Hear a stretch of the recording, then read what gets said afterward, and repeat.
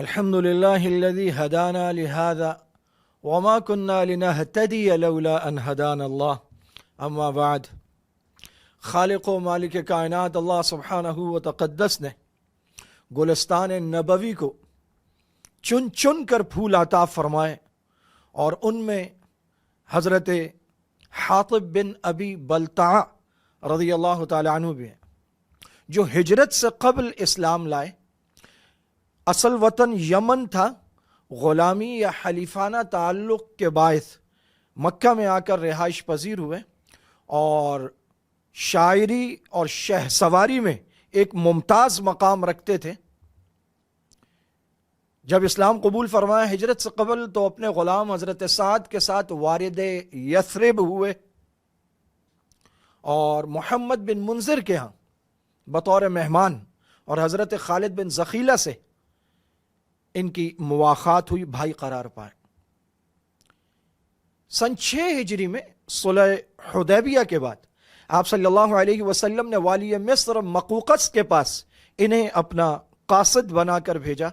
آپ صلی اللہ علیہ وسلم کا نامہ مبارک لے کر مقوقس کے پاس گئے، جس میں یہ تھا کہ میں تمہیں اسلام کی دعوت دیتا ہوں، قبول کرو، سلامتی پاؤ، اور اللہ تعالیٰ تمہیں دگنا اجر دے گا، تمہارا بھی اور قبطیوں کا بھی، اور اگر نہیں قبول کرو گے تو پھر قبطیوں کا عذاب بھی تمہاری گردن پر ہوگا کہ تمہاری وجہ سے ان کا ایمان اور اسلام رکے۔ حضرت حاطب نے وہ خط دیا، اور اس کے بعد مقوقس سے کہا کہ تم سے پہلے بھی ایک فرما روا گزرا ہے جو خود کو یہاں خدائے برتر نعوذ باللہ خیال کرتا تھا، مراد فرعون تھا، اور بہت بڑی بادشاہی تھی، اللہ نے اس کو ذلیل و رسوا کیا۔ تمہاری بادشاہی بھی ہمیشہ رہنے والی نہیں ہے، میں تمہیں اسلام کی طرف دعوت دیتا ہوں۔ اس نے کہا ہم ایک دین کو مانتے ہیں اور اس کے پابند ہیں، اور جب تک اس سے بہتر دین نہ ہو ہم دوسرے دین کی طرف کیسے جا سکتے ہیں؟ تو حضرت حاطب نے کہا کہ اسلام ایک مکمل ضابطہ حیات ہے اور تمہارے دین سے بہتر ہے، کیونکہ تمہاری کتاب انجیل میں حضرت عیسیٰ نے محمد رسول اللہ کی بشارات دی ہیں اور ان کی طرف بلایا ہے، اور ہم تمہیں اس سے پھیرتے نہیں ہیں، اسی طرف لے جا رہے ہیں کہ اصل دین انبیاء والا دین ہے، توحید اور وحدانیت والا دین ہے، اور وہ کامل اکمل اتمم شکل میں شریعت محمدی میں موجود ہے۔ اس نے کہا کہ کیا واقعی محمد نبی ہیں؟ تو حضرت حاطب نے کہا کہ بلا شبہ کیوں نہیں، بے شک وہ نبی ہیں۔ تو اس نے کہا کہ پھر جب ان کی قوم قریش نے ان کو نکالا مکہ سے تو انہوں نے اپنی قوم پر بددعا کیوں نہیں کی؟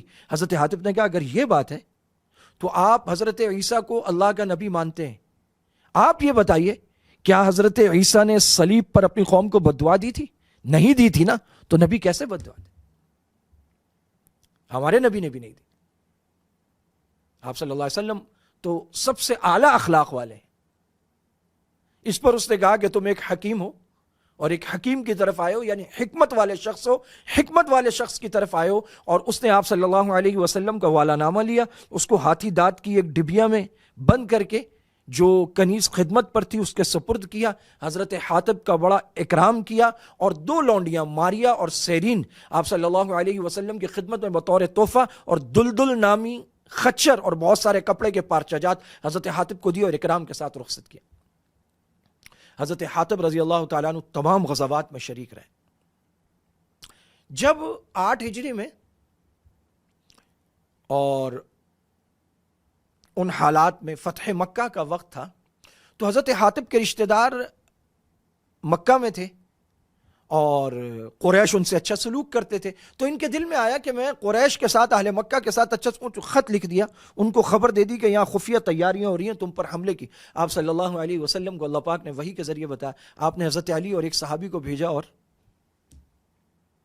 ایک مقام سے وہ خاتون گرفتار ہوئی اور اس سے وہ خط برآمد کر لیا گیا، آپ صلی اللہ علیہ وسلم کی خدمت میں پیش ہوا۔ جب آپ نے دیکھا تو آپ نے کہا حاطب یہ کیا ہے، یہ کیا کیا تم نے؟ حضرت حاطب نے کہا یا رسول اللہ میرے معاملے میں عجلت نہ فرمائیں، میری بات سن لیجئے، میں قریشی نہیں ہوں، میری کوئی اور رشتہ داری بھی نہیں ہے، اور میں نے کوئی جاسوسی بھی نہیں کی، میرے رشتہ دار وہاں ہیں، وہ ان کے ساتھ اچھائی کرتے ہیں، یہاں ہر آدمی کو اپنے رشتہ داروں کا فکر ہے، مجھے بھی اپنے رشتہ داروں کا فکر ہے، لیکن میں نے اس سے آگے بڑھ کر یہ کیا کہ یہ سوچ کر ان کو اطلاع کر دی کہ اگر کوئی معاملہ ہوا تو وہ میرے رشتہ داروں کا خیال کریں گے، اور میں اس پر معذرت خواہ ہوں۔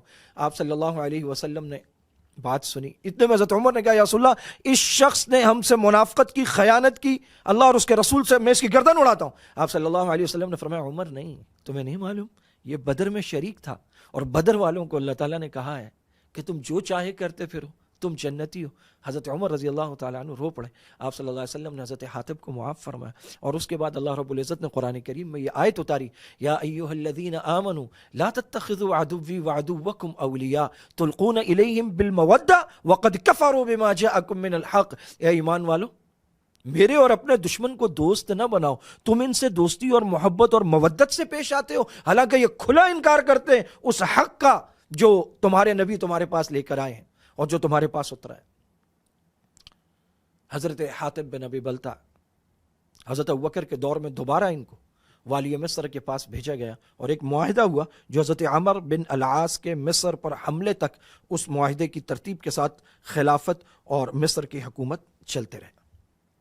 65 سال کی عمر میں حضرت حاتب رضی اللہ تعالیٰ عنہ نے انتقال فرمایا, اور انہوں نے ایک کھانے کا ڈھابا ٹائپ ریسٹورنٹ کھولا ہوا تھا, اور اس سے اللہ پاک نے انہیں بڑا مال عطا فرمایا. تقریباً 4000 دینار 4000 دینار اپنی وراثت میں چھوڑے. کئی مکانات اللہ رب العزت حلال عطا فرمائے, اور ایسا عطا فرمائے کہ قلب اللہ کے راستے میں خرچ کرنے والا ہو. حضرت حاتب بن ابی بلتع, انہوں نے آپ صلی اللہ علیہ وسلم سے جو محبت کی ہے اور جو وفاداری کی مثالیں قائم کی ہیں, اور ایک غلطی ہوئی اس کو جس طرح مانا ہے اور پھر فوراً اس پر توبہ کی ہے, اور آپ صلی اللہ علیہ وسلم نے ان کو معاف فرمایا اور ان کے حق میں گواہی دی کہ یہ تو بدر والا ہے.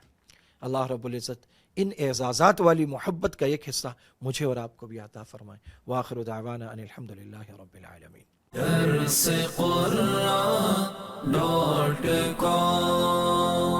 www.darsequran.com